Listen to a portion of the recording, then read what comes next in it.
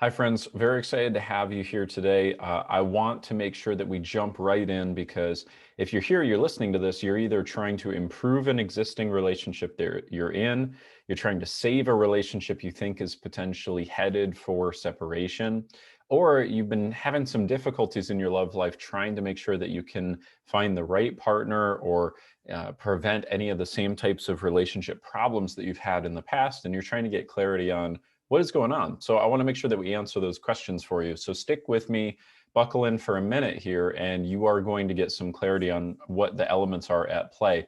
What I have planned for you today is we're going to cover a number of things. The first is I'm going to help you understand which of the 6 relationship positions you are in, because you're in one of those, and we have to know exactly where you are first in order to make it how you want it. And so getting a firm grasp on exactly where you're starting from will immediately start to clarify a path forward. Then I'm going to be covering for you the 5 phases of relationship demise that tend to occur. So in my experience working with couples, individuals in relationships of all walks of life, what I've seen is that there is a very common, very predictable pattern. And so if you're here to improve a relationship, particularly, this will help you understand where are you at in that phase, if any, and how do you prevent yourself from going further. If you are trying to create a relationship from scratch, you need to know how to prevent those 5 phases of relationship demise. So I'm going to show you that because most people have no clue what's really happening. Then I'm going to cover for you the 3 most common challenges that masculine individuals describe in relationships and the 3 most common challenges that feminine individuals have in relationships. Because if you know what those are, you can start to make improvements. Okay, so that'll give you some clarity too. And then we're going to, of course, cover where do you go from here? How do you create a plan that's going to actually start to shift the needle and move things forward?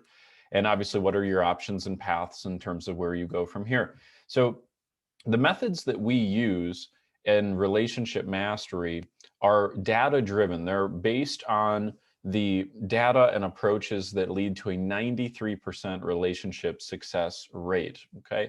And what we also do is we especially are the ones who come in and help people when they're in that spot, when they feel that the relationship is not going to be salvageable, or they've been trying relationships for a long time and it's just not been working and they're losing their hope.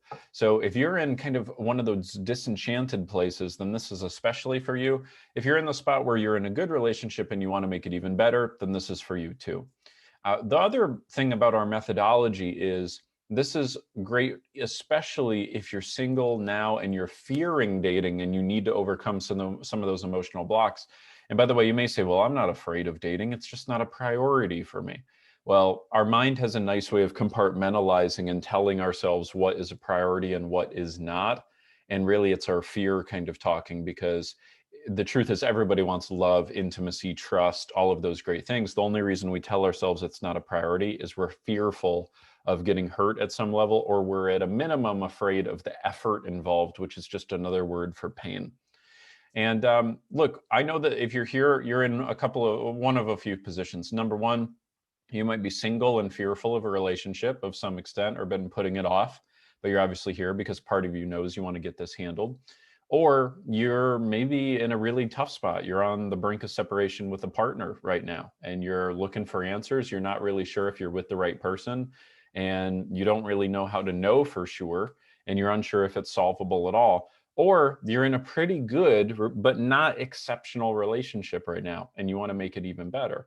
And what we know is what you really want, what everybody really wants, is a relationship of your dreams, right? Not to sound cliche, but really what you want is daily love, heartfelt understanding, emotional connection, and passion, right? Playfulness and passion with your partner. And in order to do that, you have to know the laws of love, so to speak, because it's not random and it's not just based on which person you get matched up with. That's how most people evaluate it. And it's not true. There are distinct patterns and laws of love. There are things that people in exceptional relationships do versus those in very poor relationships, do not do. So you need to know, why is this really happening? Because you probably ran into the same problems in multiple relationships. And so That's not random, and it's not a coincidence. There's distinct patterns popping up. So you need to know, what are these laws of love that make relationships exceptional and will help you avoid the pitfalls of repeating the same mistakes from the past or making existing relationships worse, ultimately so that you can find or keep the right partner and thrive together for life. That's the real goal. But the problem is this: the fear of being heard tends to set in for people, and the uncertainty of how to succeed in a relationship will cause us to either avoid getting into a relationship at all, or when we're fearful about trying and failing or trying and being rejected, you'll stop doing what's really necessary to improve the relationship that you're in. So fear gets in the way. And that's the first thing to understand. But there's actually another deeper problem besides your fear just getting in the way of improving your situation. And that's this: if you didn't already know, as most people do, 50% of marriages, first marriages, result in divorce. Most people know this.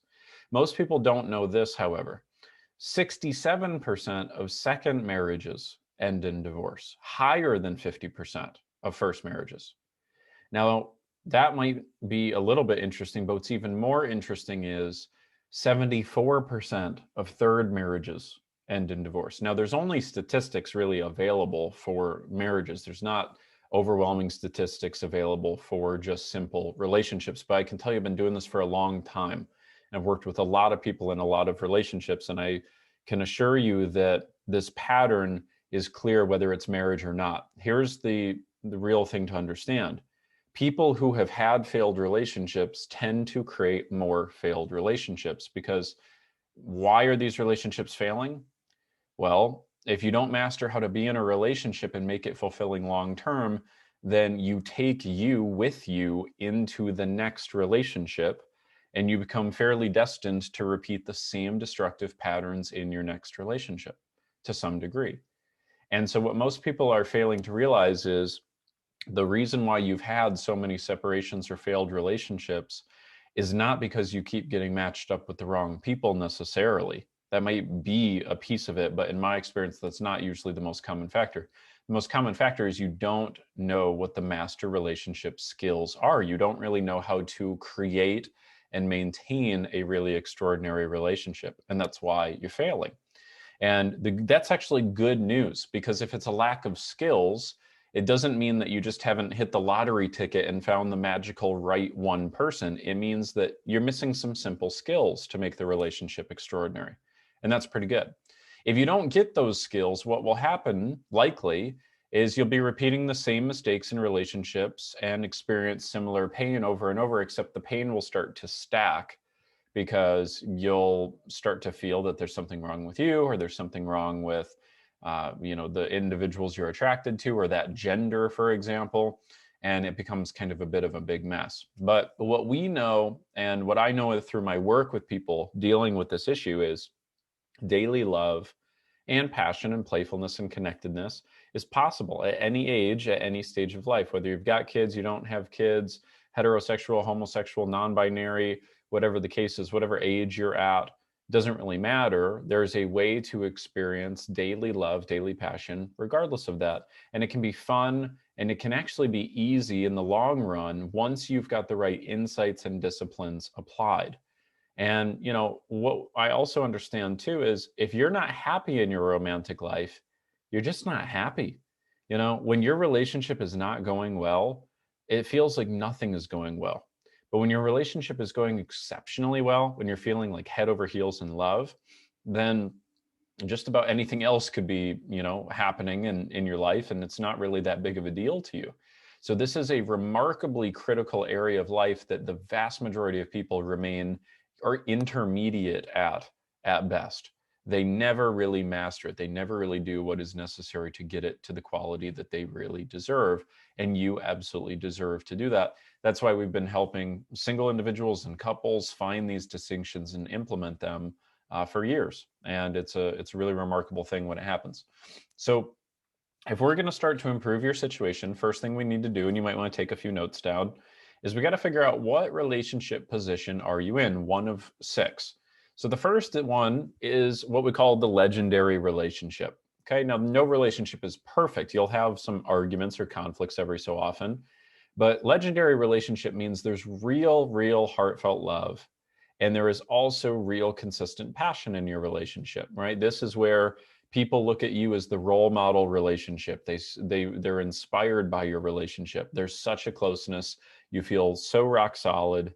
It feels like how it felt in the beginning, right? That's kind of the critical piece there. So always reaching to get to that number one position is the path that we want to make sure that you're set on so it continues to improve.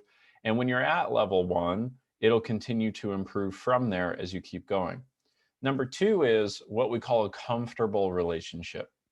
So here there's heartfelt love, but there's little or no passion, right? And if you're not careful, what you might end up be slipping down towards is level three, which we would call a static relationship. This is really where your roommates maybe. There's little love, little or no passion, not much surprise or mystery or curiosity in the relationship anymore. You know, things have felt like they've just kind of gelled. And what a lot of people experience, particularly as they've been with a partner for a long time, is that gel phenomenon occurs and you don't really notice that you're there. And then we tend to make up a story like, well, you know, since the kids, that's just kind of how it's been. But there are people who have kids who are at level one relationship too, and you deserve that.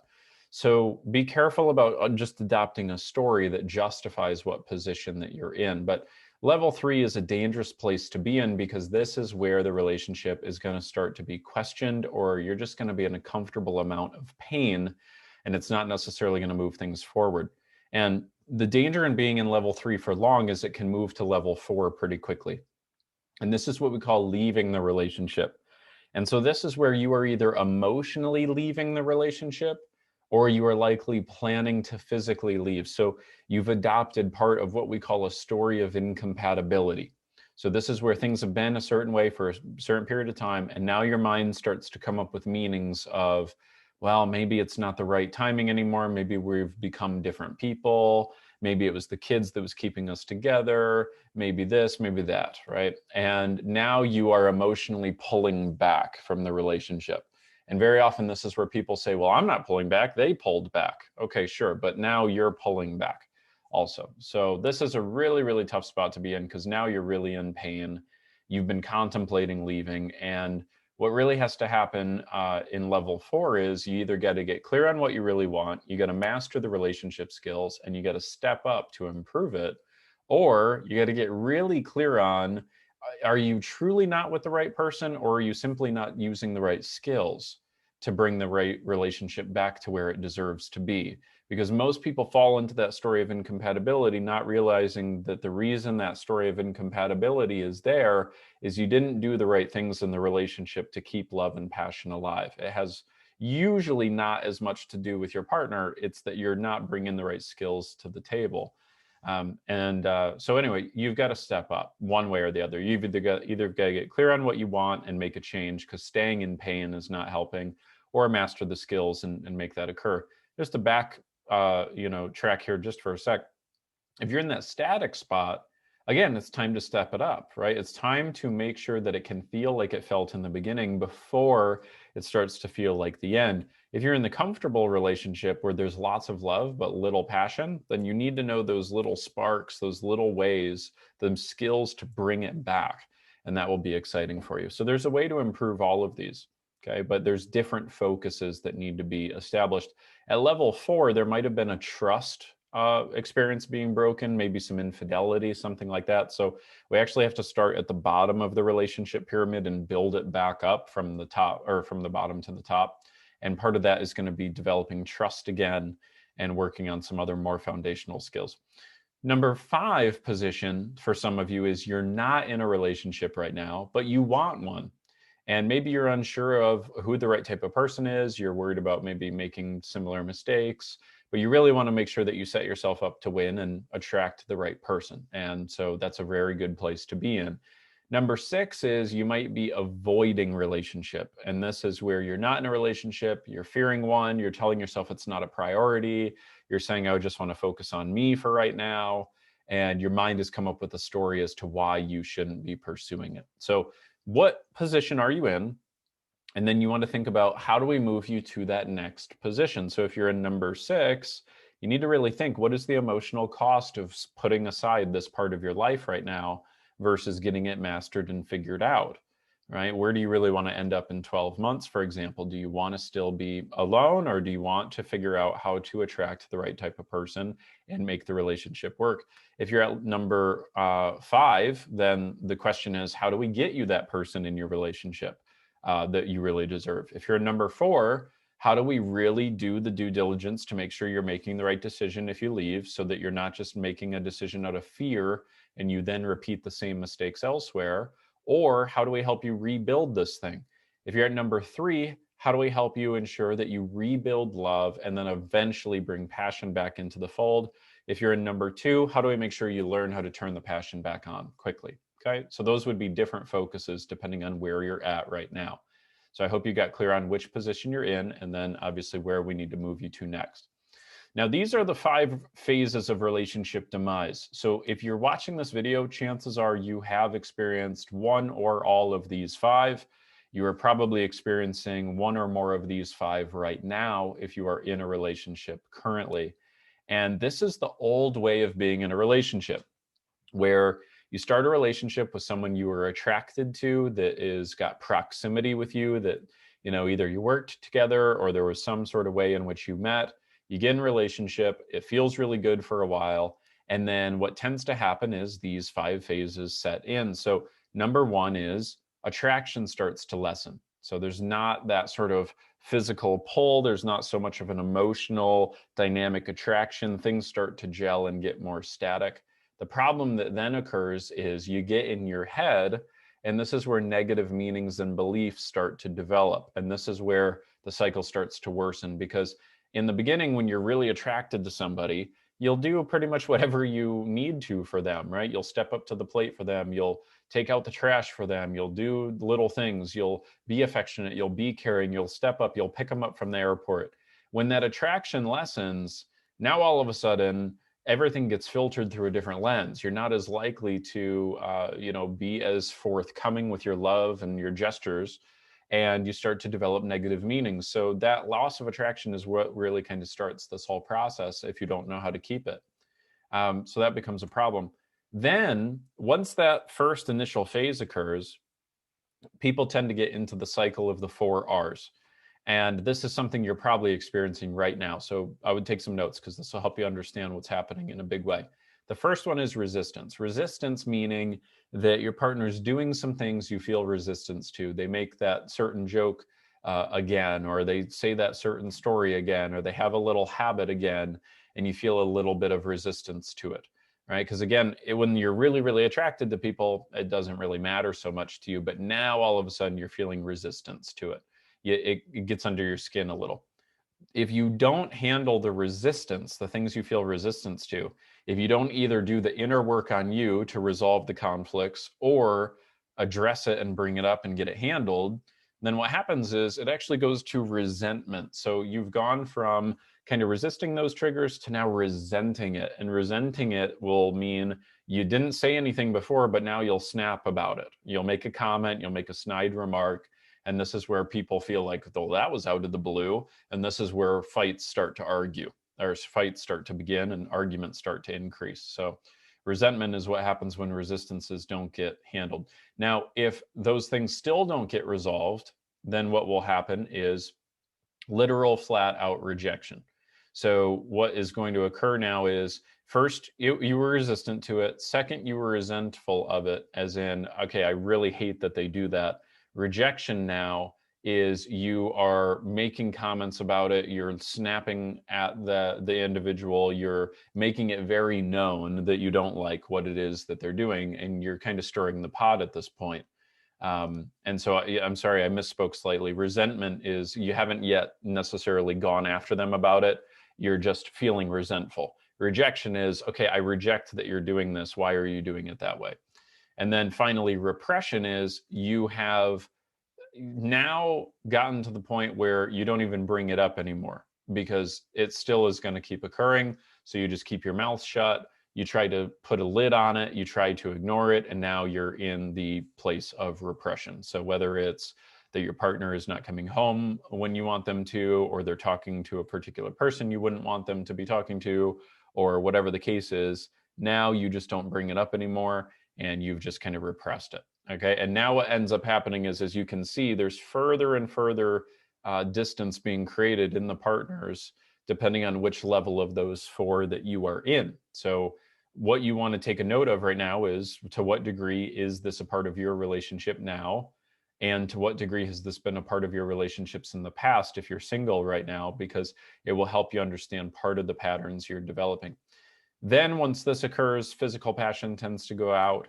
And then what will occur after that is out of the realm of the relationship is there will start to be a feeling of a loss of commitment. So now the partners will start to feel that one of them is pulling away from each other, or you'll feel that you're pulling away from your partner, or whatever the case is. And now you develop a story of incompatibility. And that story becomes something you entertain and you get convinced by, and it's something that you start to cling to, and it becomes kind of a big, nasty problem. And yeah, this is what tends to happen. And then what will occur is, once you cling to that story enough and you feel justified enough, particularly if you've told that story to other people and they've helped reinforce it for you and make you feel like it's true, then what will occur is you'll either leave, or you'll provoke the other person to leave you so you can justify why the relationship ended. And then you will bring the same types of patterns into the next relationship. So I'm curious if you want to leave in the comments if any of this sounds like you, if you've run into this issue before.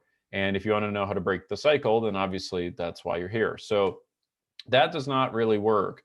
The other challenge is that there are big things that both feminine and masculine individuals miss in relationships. And I say feminine and masculine because everybody is born with some type of an energetic essence. So you could be a masculine man, feminine woman. You could actually have been truly born with a masculine essence as a woman, or a feminine essence as a man. That's much more rare. And obviously, you could be homosexual, non-binary, whatever, gender fluid, whatever the case is. But there's an essence that you tend to feel more comfortable in energetically. So it doesn't necessarily have as much to do with your biological sex so much as it has to do with what energy you feel most comfortable in. Masculine energy is more constricted, more tightened. It's about, going towards a result. It's knows where it's going. It's single focused. It's kind of, in that one singular direction, very purpose oriented. So we all can step into that mode, whether we're masculine or feminine. We all have access to both energies. The second one is feminine. So feminine is more free flowing, more feeling, more vulnerable, more sensitive, nurturing, serene, being able to go from one state to another state, right? It's about filling up, it's about feeling, and it's about expressing. So that's kind of what feminine energy is. So we've all experienced both of those. And some of us have created an adaptation where we live in one energy more than the other, even though it's not the essence that we really feel most comfortable with. So for instance, feminine women, there's now a common generational pattern where they start to adapt and become very masculinized, and then they wonder why they're not feeling too super fulfilled, or they keep attracting feminine men. And they really want a strong masculine man in their life, but they feel like they have to be the man in a lot of situations, so to speak. Okay, or vice versa. There's a common generational pattern now where we've got a lot of men who are feminizing. They're emasculating themselves a bit. So they're more in the pleaser mode. They don't want to offend. They really want to let the lady go first on things. And they think that that's being reciprocal and nice and doing the right thing. But lo and behold, a feminine woman actually wants a strong masculine presence, or a feminine individual. You could be homosexual too, and the concept applies. So at any rate, you have to figure out which is your energetic essence, regardless of your gender orientation or your sexual orientation. You got to figure out what makes you feel most fulfilled. Do you feel most fulfilled when you're letting go and letting somebody else take charge? Or do you feel protected and provided for and cared for? Or do you feel most at home when you're stepping up, leading, going after a result, serving somebody, protecting somebody, doing what is in your nature? Okay. So that will help you understand. So for feminine individuals, the most common problems that occur in relationships, and if you're a masculine individual, I want you paying attention. Number one is they feel not seen. So you should take notes on this. Feminine energy must feel seen, must feel that they've been given some adequate attention. But you could even be looking at a feminine person and she doesn't feel seen. So you've got to do what is necessary to make her feel that. That's really critical. Second one is not feeling understood, and this occurs especially when masculine partners want to solve all of the feminine partner's problems. That does not make them feel understood or seen. They feel like you're actually cutting off from them and you're not connecting with them. So part of feminine energy needs to feel a little bit validated for their feeling, not necessarily that their feeling is the absolute universal truth, but for feminine energy, their relationship to truth is through their feelings. So if they don't feel that you can validate at least a part of what they're feeling, they're not going to feel understood. And that will immediately cut them off from being able to feel loving or certainly passionate with a masculine partner. Third is feeling safe. Okay. And the feminine energy relates to a sense of safety much different than masculine energy. And there's a whole lot more to be said about each one of these three. Obviously, for this webinar format, I'm chunking it down a bit. But basically, feminine individuals have a very different relationship to safety and trust. Literally, a feminine individual is more vulnerable in the world, right? And not necessarily in today's standards, but if you think of biologically, tens of thousands of years ago where we evolved, you could literally have a 180-pound feminine woman, a woman, and a 180-pound man. And literally the masculine man, because of how their biology is structured, will be stronger than the woman. So there are just biological differences here that cause the feminine individual to have to adapt and have a different biological urge for safety. Okay, and if you don't believe that, then here's a very simple illustration. If you're a feminine individual, chances are you have feared for your physical safety at a minimum within the last 7 days, probably multiple times within the last 7 days. If you're a masculine individual, chances are you have not feared for your safety in the last week, or maybe even month, maybe even year. And I do this sometimes in group dynamics, and the number of ladies who actually feel physically unsafe it's alarmingly high. So the sensitivity to feeling unsafe is high. So they have to feel safe, and they have to feel seen, and they have to feel understood, or they're not going to be able to feel loving. They're certainly not going to be able to feel passionate. Okay. So those are the three pieces that tend to be missing in a relationship for the feminine. On the masculine side, it's not feeling appreciated, because for masculine, it's about stepping up and serving and doing something for someone else. And masculine must feel needed and then appreciated. Masculine's drive is to give and provide for the people that they care about. If they don't feel that they're appreciated, it feels like a death knell to them. The second one is not feeling trusted or opened up to. And so this is where sometimes problems occur, because the feminine partner may not feel safe and trusting. Then the masculine partner doesn't feel trusted or opened up to. And when the feminine partner is closing in on herself and not speaking her mind and being forthcoming, it makes him feel like he's not trusted. That becomes a big emotional problem. Okay. The third and final one is not feeling capable or needed. So what is a big unfortunate mistake is a lot of feminine individuals assume that their men do not know what they're feeling and do not care. Actually, that's not usually the case. A lot of masculine men are hypersensitive to what their partner is feeling, but they will stop engaging with their feminine partner after a while if they feel that they are incapable of making you feel better.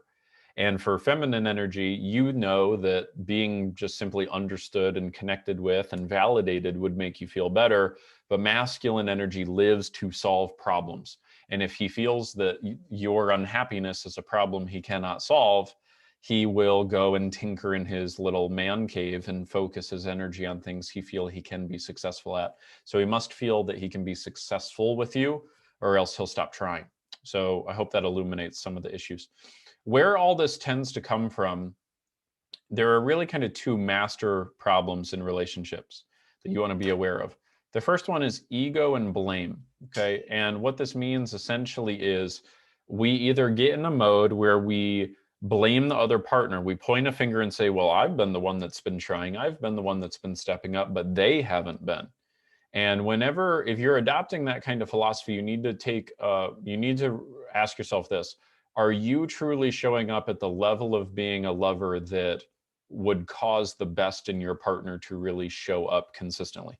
In other words, are you really being an exceptional lover to your partner truly right now, such that you know that you've created a space where the best in them would be likely to reciprocate and show up?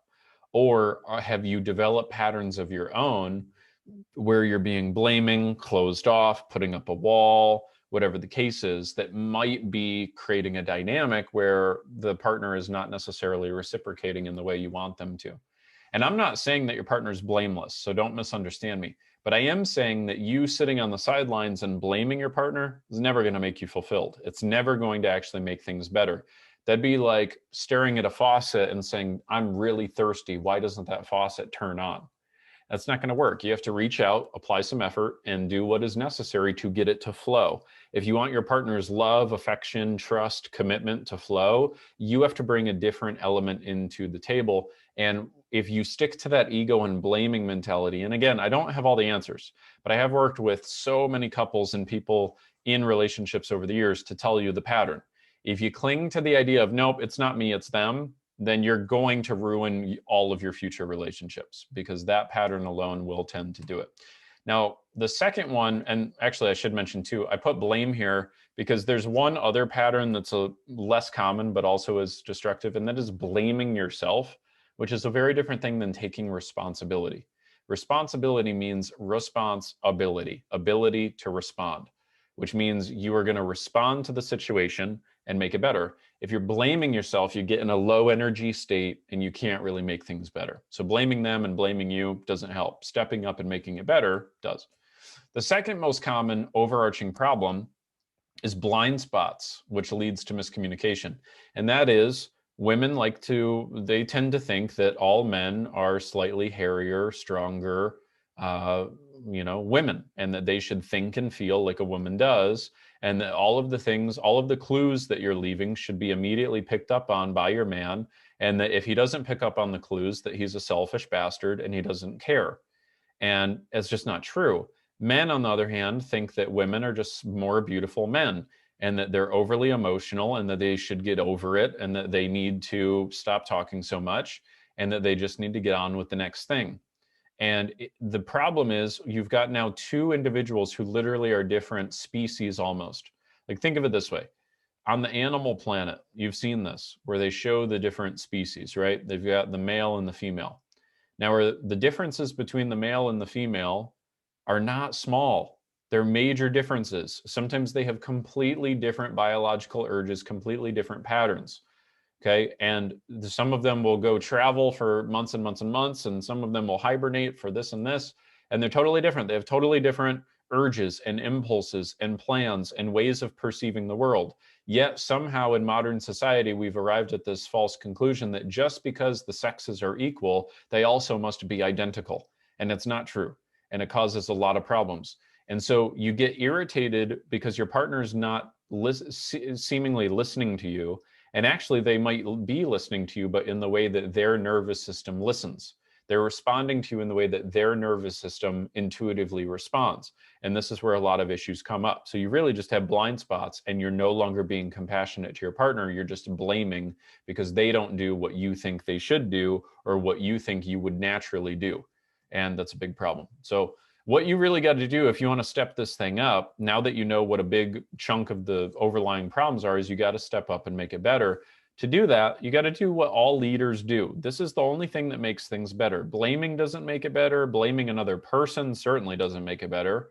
Okay. And even if your partner committed, a seemingly heinous act, like infidelity, or there was some major issue where they went and they left for a period of time and went and did something else, then you still are here. You're listening to this video, you're looking for solutions. And even if they are not, if you really want to make this better, all it really takes is one individual committed to improving the relationship to start.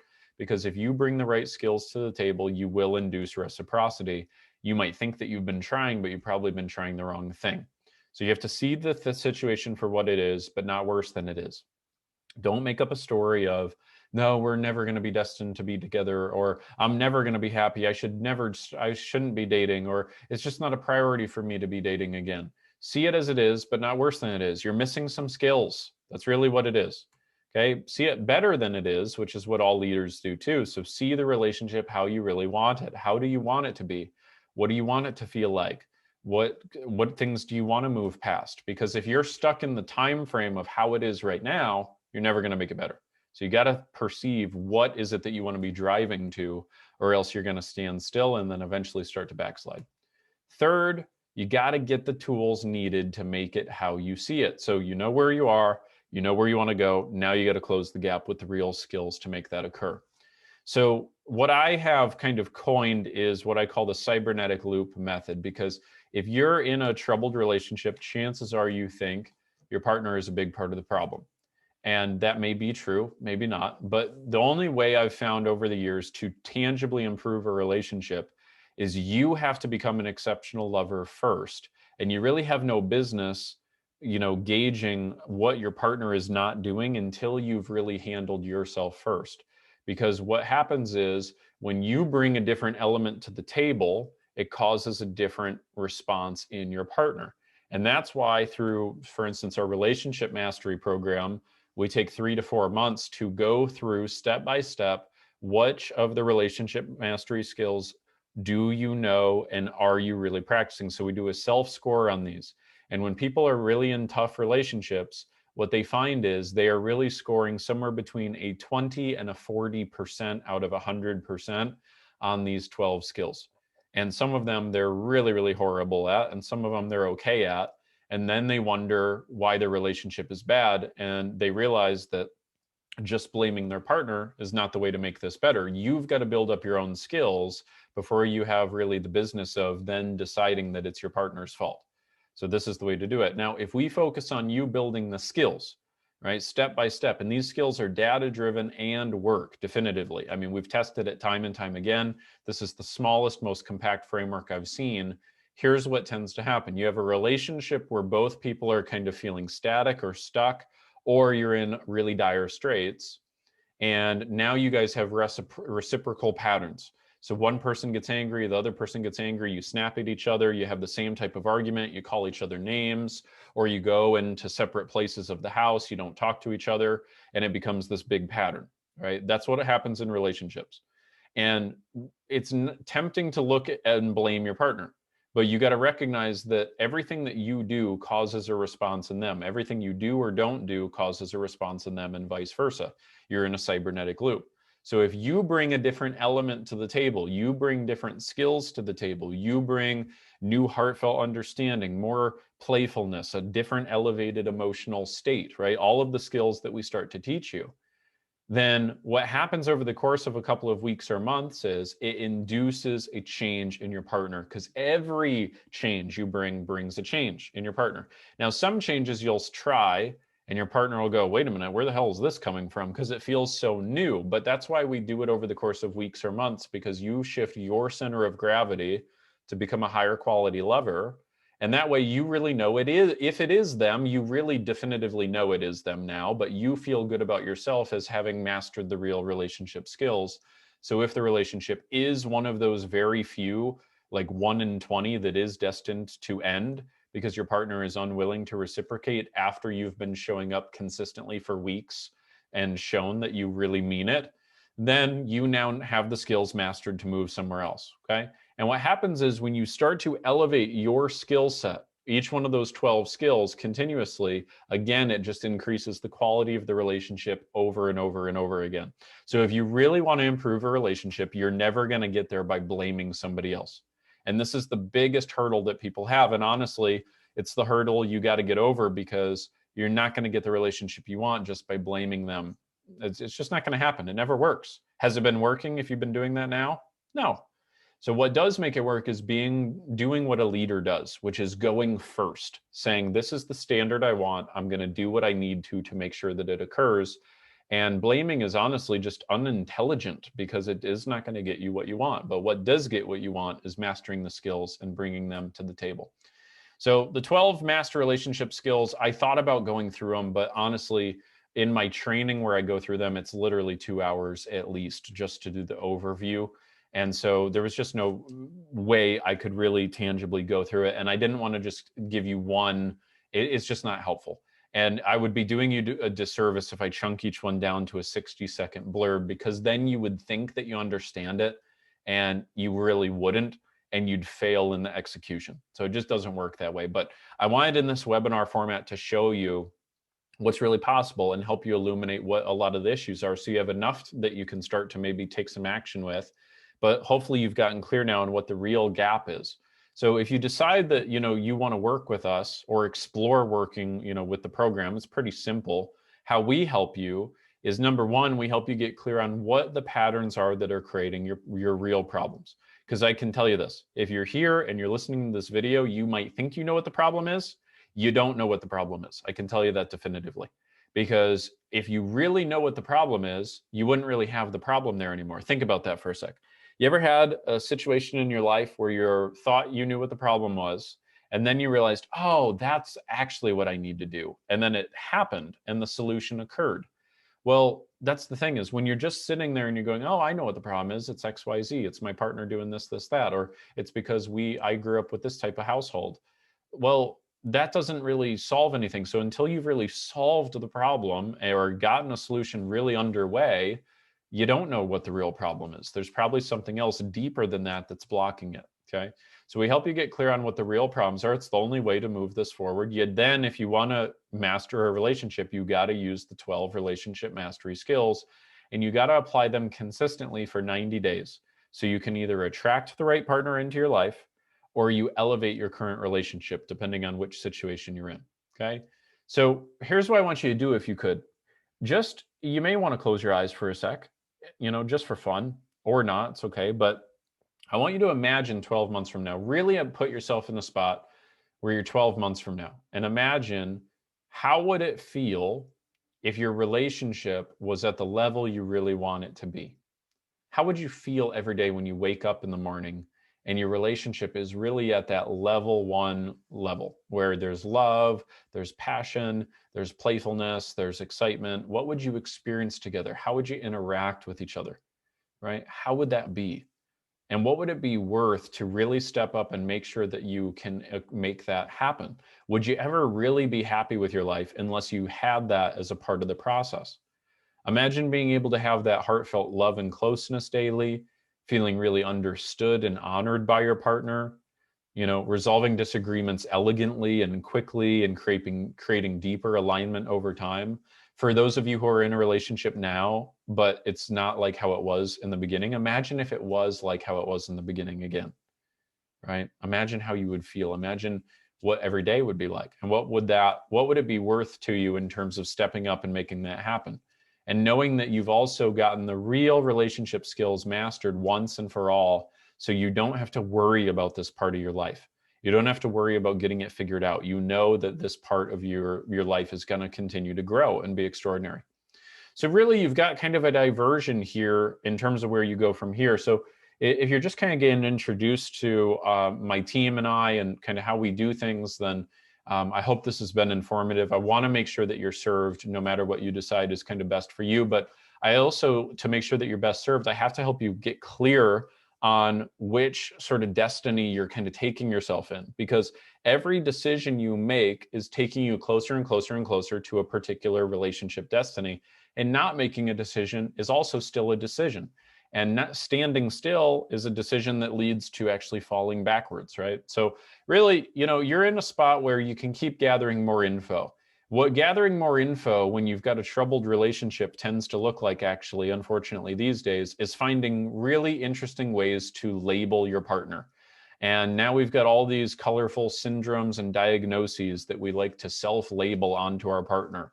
And it's a really unfortunate thing, because putting a label on somebody is never going to get you closer to them. It's never going to make anything better. It's really just you've got the desire to blame somebody else and divert responsibility, coupled with laziness, honestly. And I say that with all the sincerity in the world. I'm not saying your partner is blameless, but I am saying that you falling into a pattern of blaming them is not going to make things better. And that's you bringing something to the table that's making things worse.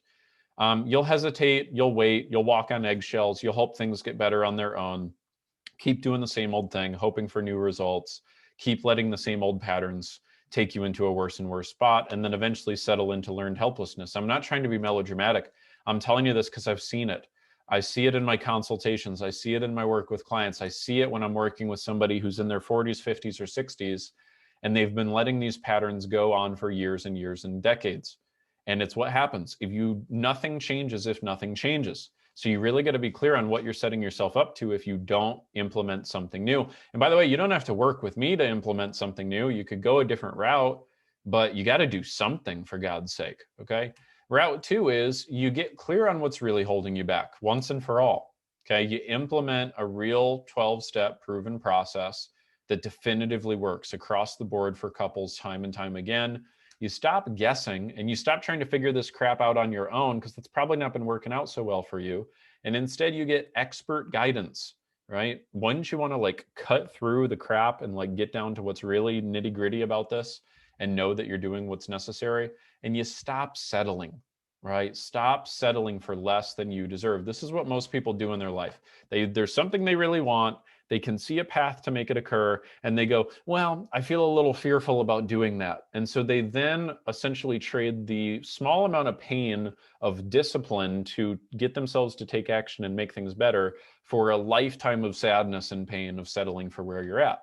Okay. And regardless of what you might think, well, Ty, it's really not that bad. My relationship's okay. Okay, great.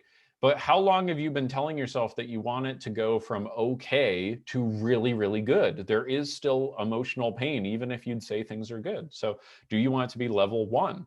And what are you willing to do to get it to level 1? So this is really getting your life back if you decide to go that route. So if you'd like help, I'm totally here to help. If you don't want help, obviously, no harm, no foul. But really what you can do from here is grab literally a time on my calendar. I'd love to chat with you, see if I can help you. Worst case scenario, you go back right to doing what you're doing right now. Best case scenario, I help you get some clarity on what is going on and help advise you on what a path forward could look like. And those of you who've done calls with me in the past know this. I sincerely care that you literally do what is going to serve you best. If I believe you going a different direction or just working on your own or working with somebody else is going to serve you best, I will tell you, and I will literally help you make that occur. If this is something where our methodology could help you, it's worth a conversation so you at least have your options in front of you. So when we do a quick call, what we'll do is I'll get clear on your current situation. I'll be able to pinpoint what it is that's holding you back, at least the most consequential bits. I'll get clear on kind of what you want to see occur in the future, and I'll determine if we can map out a path to get you there in 2 to 3 months ideally. And if it's something I can help you with, we'll set up a more in-depth follow-up call, and I'll help you map out a plan, and I'll help you understand what your options are. I literally will always ensure you've got at least 2 to 4 options to choose from in terms of where you go from here, most of which will include not working with me, just so you have clarity. Okay, so go ahead. If you'd like some additional help, go ahead and book a call right now. There's the link to do it. And really the question is, where are you going to be in the next 2 to 3 months? Where do you want to land in your love life in the next 2 to 3 months? Because the next 60 days is going to occur. You're going to get there eventually. So where do you really want to be? Do you want to be in a spot where you feel the relationship is dramatically improving? Do you want to feel like you're in exactly the same spot you're in right now? Do you think there's a decent chance you might feel worse than you are right now? What about the next year? Where do you really want to land in the next year relationship-wise? Think about 12 months of the same crap going on that's going on right now. Is that something that you're comfortable living with? And I'm not doing a leading question here, quite sincerely, because if you would say, I'm pretty comfortable, great, don't take action. Don't fix it if it's not broken. But if you think about that 12 months panning out the same way the last 12 months have, or it getting even worse, which is likely in relationships, and the cost of that is really, really high, then it's probably a signal to you it's time to take some action. Okay, again, there's literally no obligation, no cost. I just want to see if I can help. And if I can help, I'll tell you. So there you go. There's the link, ty-hicks.com/relationship. Go ahead and book your call right now. I really look forward to connecting with you soon. I hope this has been helpful. Please add your comments below. And looking forward to chatting with you soon. Go to ty-hicks.com/relationship. relationship, and I'll look forward to speaking with you. If we've already done a call and we have, say, a consultation coming up, then I'll be very excited to map out in more detail exactly where you're looking to go and advise you on what your path forward will be. So I hope you get excited about raising the standard of your relationship so I can help you get there. So whatever the case is, I'll look forward to connecting with you soon. Thanks for being a part of this, and talk to you soon. Take care.